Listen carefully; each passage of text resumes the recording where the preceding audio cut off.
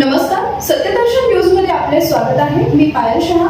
एक नजर टाकूया आजच्या ठळक घडामोडीवर. भोंदूबाबा प्रकरणी रुपाली चाकणकर आणि दीपक केसरकर यांची पोलिसांकडून चौकशी. भोंदूबाबा अशोक खरात यांच्या शिवनिका ट्रस्टची चौकशी होणार आहे.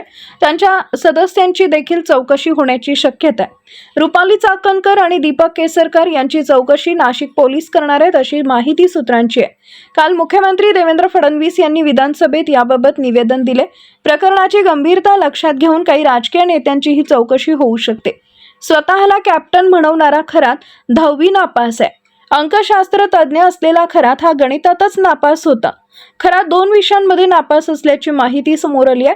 त्यानं 10वीच्या परीक्षेत केवळ 35.86% गुण मिळवले होते. शाळेच्या नोंदीनुसार त्याचं मूळ नाव लक्ष्मण एकनाथ खरात असून नंतर त्यानं नाव बदलून अशोक कुमार केलं असल्याचं समजतंय.